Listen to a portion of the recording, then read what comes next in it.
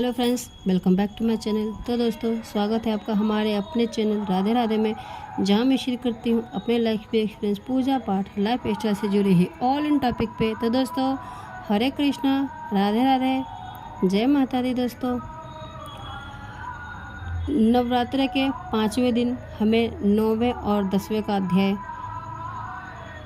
करना होता है। ठीक है फ्रेंड्स, सब कुछ पढ़ने के बाद इधर जो भी होते हैं अर्गला वगैरह सब करके सब पाठ करते हैं। फिर बीच में हम पीछे भी दिया है वो करते हैं। तो आज हम करेंगे 9वां और 10वां का पाठ, नवरात्रि के 5वें दिन। ठीक है, तो ये है 9वां अध्याय, निशुंभ वध। ठीक है, तो मैं अर्घ नारीश्वर के श्री विग्रह की निरंतर शरण लेता हूँ। उसका वर्ण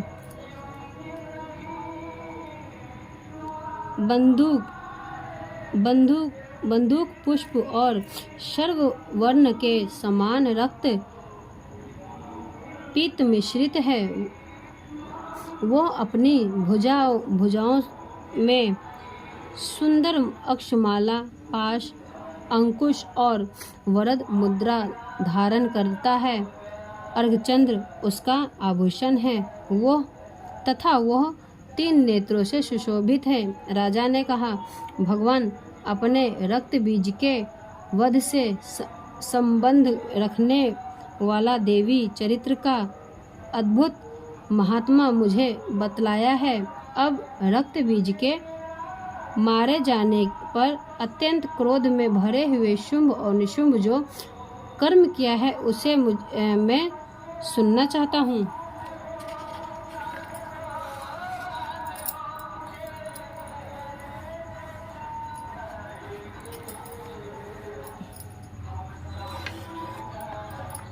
मैं इधर करती हूँ।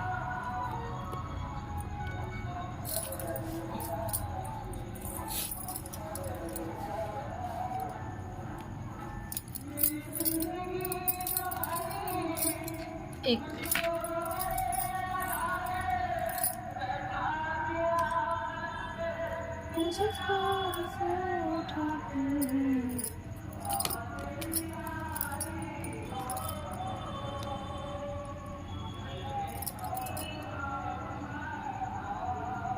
ठीक है,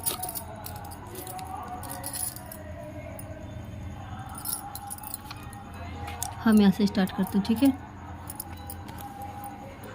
ऋषि कहते हैं, राजन, मुझे युद्ध में रक्त बीज तथा अन्य दैत्यों के मारे जाने पर शुंभ और निशुंभ के क्रोध की सीमा नहीं रही। अपनी विशाल सेना इस प्रकार प्रधान सेना थी। उसके पीछे तथा पास वर्ग भाग में बड़े बड़े असुर थे। क्रोध से होठ चबाते हुए देवी को मार डालने के लिए आए महापराक्रमी शुंभ भी अपनी सेना के साथ मात्र गणों से युद्ध करने के लिए क्रोधवश चंडिका को मारने के लिए आ पहुंचा। अब देवी के साथ शुंभ और निशुंभ का घोर संग्राम छिड़ गया। वे दोनों दैत्य मेघों की भांति वाणों की भयंकर वृष्टि कर रहे थे। उन दोनों के चलाए हुए बाण को चंडिका ने अपने बाणों से समूहों से तुरंत काट डाला और शत्रु समूह को वर्षा करने उन दोनों दैत्य पत्नियों के अंग में भी चोट लगाए।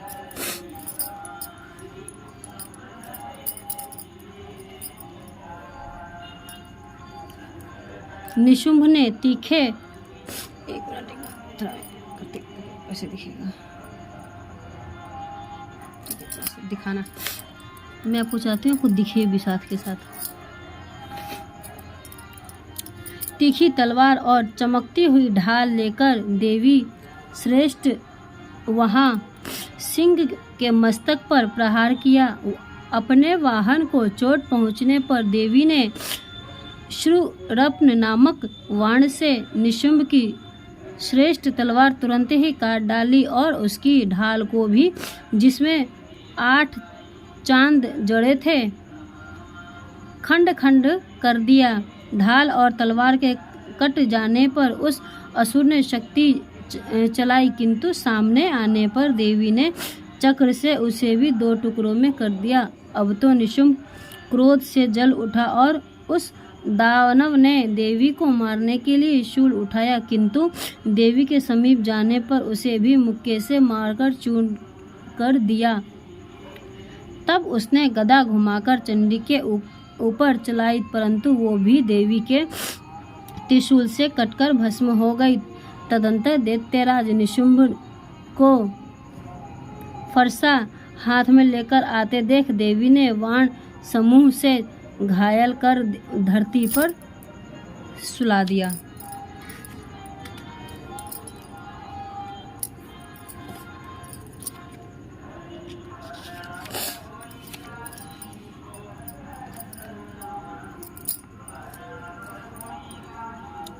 उस भयंकर पराक्रमी भाई निशुंभ के धराशाही हो जाने पर शुंभ को बड़ा क्रोध आया और अंबिका का वध करने के लिए वो आगे बढ़ा। रथ पर बैठे बैठे ही उत्तम वायुधों से सुशोभित अपनी बड़ी बड़ी 8 अनूप भुजाओं से समूचे आकाश को ढककर वो अद्भुत शोभा पाने लगा। उसे आते देख देवी ने शंख बजाया और मनुष्य की प्रत्यंचा धनुष की प्रत्यंचा भी अत्यंत दुस्सह तेज नष्ट करने शब्द किया। साथ ही अपने घंटे के शब्द से जो समस्त दैत्य सैनिक का तेज नष्ट दैत्य सैनिक का सिंह ने भी अपनी दहाड़ से, जिसे सुनकर बड़े बड़े गजराजों का महान मद दूर हो जाता था। आकाश, पृथ्वी और दसों दिशाओं को गुंजा दिया। फिर काली ने आकाश में उछलकर अपने दोनों हाथों से पृथ्वी पर घात किया। उससे यह भयंकर शब्द हुआ जिससे पहले के सभी शब्द शांत हो गए। तत्पश्चात शिवदूत ने दैत्य के लिए अमंगलजनक अट्टहास किया। इन शब्दों को सुनकर समस्त असुर धड़ा उठे, किंतु शुंभ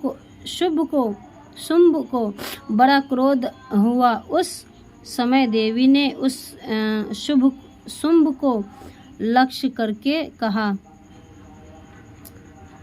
ओ दुरात्मा, खड़ा रह। तभी आकाश से बड़े खड़े हुए देवता बोले, उठे जाओ।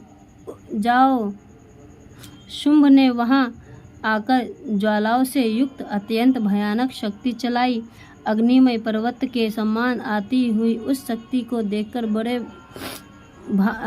भारी लुके से दूर हटा दिया। उस समय शुंभ के सिंहनाद से तीनों लोग गूंज उठे। राजन, उसकी प्रतिध्वनि से वज्रपात के समान भयानक शब्द हुआ, जिसमें अन्य शब्द के बीच शून्य के शुंभ के चलाए हुए वाणों के देवी ने और देवताओं के चलाए हुए वाणों के शुंभ ने अपने भयंकर वाणों द्वारा सैकड़ों हजारों टुकड़े कर दिए। तब क्रोध में भरी हुई चंडिका ने शुंभ को शूल से मारा। उसके आघात से मूर्छित हो वो पृथ्वी पर गिर गया।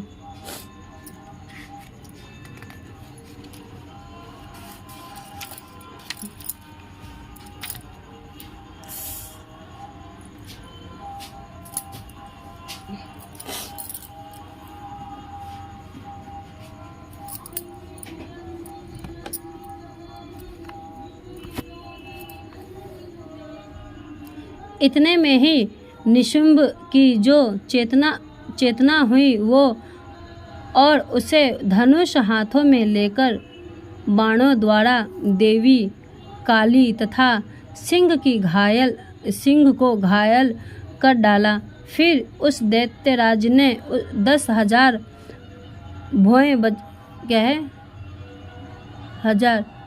बाहें बनाकर चक्रों से प्रहार से चंडिका की आच्छादित कर दिया। तब दुर्लभ पीड़ा नाश करने वाली भगवती दुर्गा ने कुपित होने पर अपने बाणों से उस चक्रों तथा वाणों को काट गिराया। यह देखकर निशुंभ दैत्य सेना के साथ चंडिका का वध करने के लिए हाथ में गदा ले बड़े वेग से दौड़ा। उसके आते ही चंडी ने तीखे धार वाली तलवार से उसकी गदा भी शीघ्र ही काट डाला। तब उसे शूल हाथ में लिया देवताओं को पीड़ा देने वाले निशुंभ को शूल हाथ में लिए आते देख चंडिका ने वेग से चलाए हुए अपने शूल से उसकी छाती छेद डाली। शूल से विदर्ण हो जाने पर उसकी छाती से एक दूसरा महाबली, एक महापराक्रमी पुरुष खड़ी रह कहता हुआ निकला।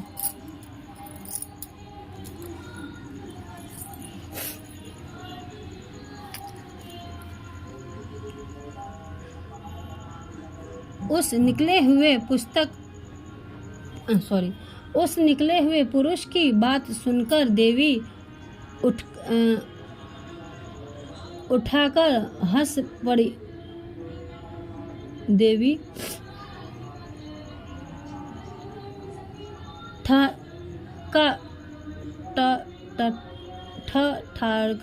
ठठाकर हंस पड़ी और खगड़ से उन्होंने उसका मस्तक काट दिया। फिर तो वो पृथ्वी पर गिर पड़ा। तदंतर सिंह अपनी दाढ़ों से असुरों की गर्दन कुचलकर खाने लगा। यह बड़ा भयंकर दृश्य था। उधर काली तथा शिवदूती ने अब अनन्य दैत्यों का भक्षण आरंभ किया। कुमारी की शक्ति से विदर होकर कितने ही महादैत्य नष्ट हो गए। ब्राह्मणी के मंत्र पुत्र जल से निस्तेय होकर कितने ही भाग खड़े हुए। कितने ही दैत्य महेश्वरी के त्रिशूल से छिन्न हो धराशाही हो गए। वाराही के थुथुन के आघात से कितनों का पृथ्वी पर कचूमर निकल गया।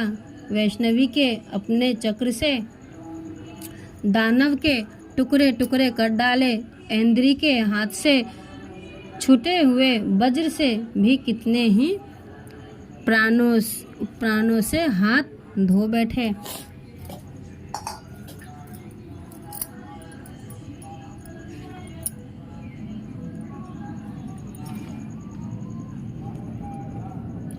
इति मार्कंडे सार्वनिके मनमंत्रे देवी महात्म्ये निशुंभ वध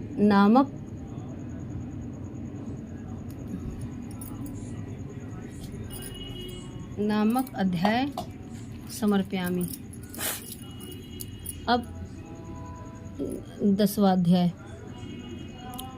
मैं मस्तक पर अर्धचंद्र धारण करने वाली शिव शक्ति स्वरूपा भगवती कामेश्वरी का हृदय में चिंतन करता हूँ। वे तपाए हुए सुवर्ण के समान सुंदर है।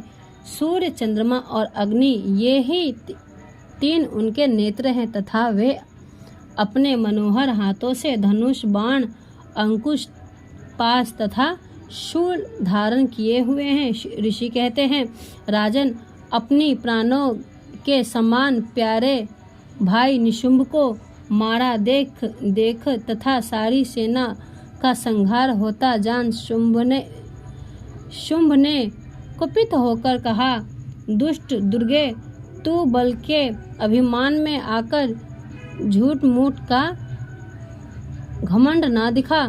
तू बड़ी मानी बनी हुई है, किंतु दूसरी स्त्रियों के बल का सहारा लेकर लड़ती है। देवी बोली, ओ दुष्ट, मैं अकेली ही हूँ। इस संसार में मेरे सिवा दूसरी कौन है? देख, ये मेरे ही विभूतियाँ हैं, अतः मुझ में ही प्रवेश कर रही हैं। तदंतर ब्राह्मणी तथा समस्त देवियों अंबिका देवी के शरीर में लीन हो गए। उस समय केवल अंबिका ही रह गई। देवी बोली, मैं अपनी ऐश्वर्य शक्ति से अपने रूपों में क्या यहाँ उपस्थित हूँ, उन सब रूपों में मैंने समेट लिया है। अब अकेली ही युद्ध में खड़ी हूँ। तुम भी स्थिर हो जाओ। ऋषि कहते हैं, तदंतर देवी और शुंभ दोनों में सब देवताओं तथा दानवों के देखते देखते भयंकर युद्ध छिड़ गया। वाणों का वर्षा तथा तीखे शस्त्रों का दारू अस्त्रादि प्रहार के कारण उस दोनों का युद्ध सब लोगों के लिए बड़ा भयानक प्रतीत हुआ। उस समय अंबिका देवी ने जो सैकड़ों दिव्य अस्त्र छोड़े हुए दैत्यराज शुंभ ने उन्हें निवार कर अस्त्रों द्वारा काट डाला। इसी प्रकार शुंभ ने भी जो दिव्य अस्त्र चलाए उन्हें परमेश्वरी भयंकर हुंकार शब्द से उच्चारण आदि द्वारा खिलवाड़ में ही नष्ट कर डाले। तब उस अशेश्वरी असुरेन सैकड़ों वाणों से देवी को आच्छादित कर दिया। वो देख को क्रोध में भरी हुई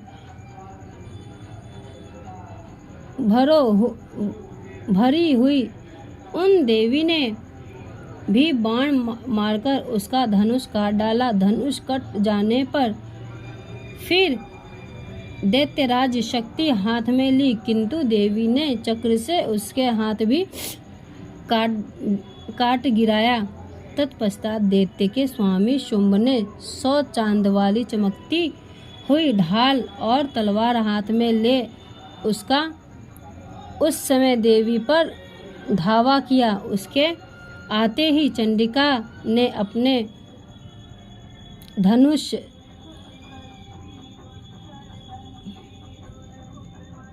धनुष से छोड़े हुए तीखे वाणों द्वारा उसकी सूर्य किरणों से समान उज्ज्वल ढाल और तलवार को तुरंत काट डाला।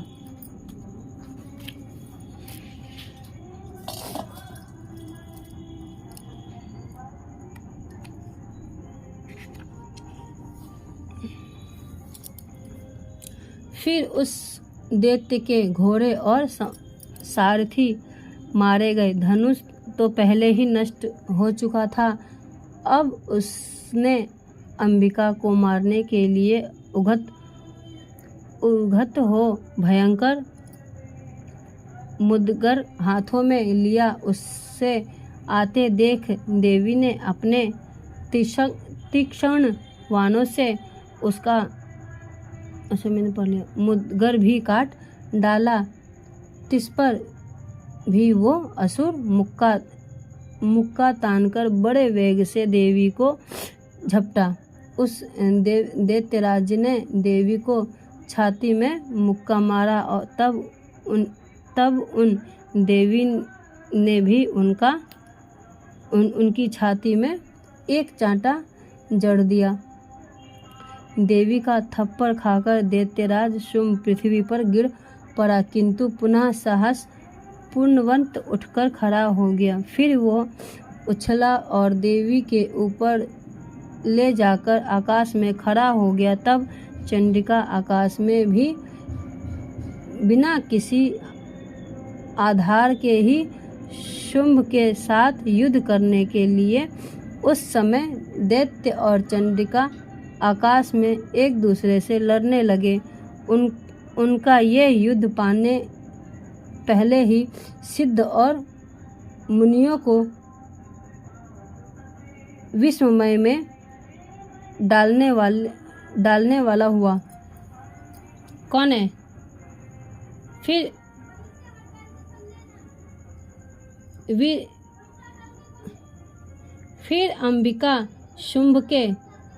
अंबिका ने शुंभ के साथ बहुत देर तक युद्ध करने के पश्चात उसे उठाकर घुमाया और पृथ्वी पर पटक दिया। पटके जाने पर पृथ्वी पर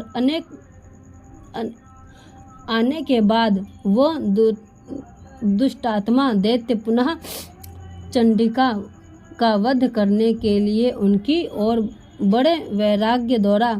तब उस समय दैत्य के राजा शुंभ को अपनी ओर आते देख देवी ने त्रिशूल से उनकी छाती छेद कर उसे पृथ्वी पर गिरा दिया। देवी के शूल की धार से घायल होकर उसके प्राण परेखु उड़ गए और वह समुद्रों, द्वीपों तथा पर्वतों सहित समुचित पृथ्वी को कपाता हुआ भूमि पर गिर पड़ा। तदंतर उस दुरात्मा के मारे जाने पर संपूर्ण जगत प्रसन्न हुए एवं स्वस्थ हो गए तथा आकाश स्वच्छ दिखाई देने लगा। पहले जो उत्पात सूचक मेघ और उत्पात होते थे वे सब शांत हो गए। तब उस दैत्य के मारे जाने पर नदियां भी ठीक मार्ग से बहने लगी।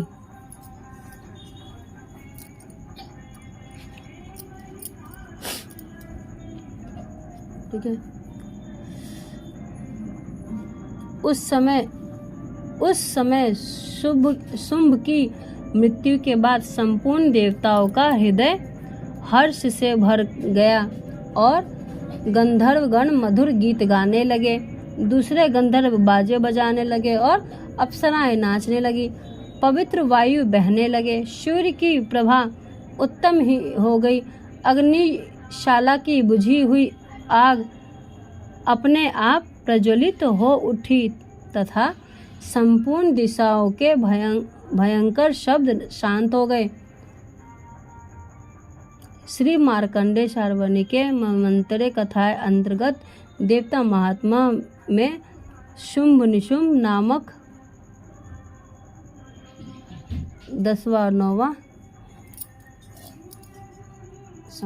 समर्पयामि। ठीक है।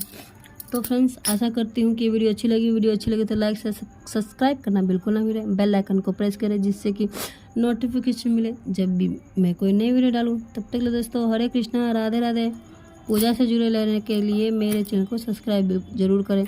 कमेंट करना बिल्कुल ना भूलें किसी भी प्रश्न के लिए। तो अब मैं ये आगे का पाठ करूँगी। ये तो अगले दिन होगा। अब मैं ये सब करूँगी। बाय।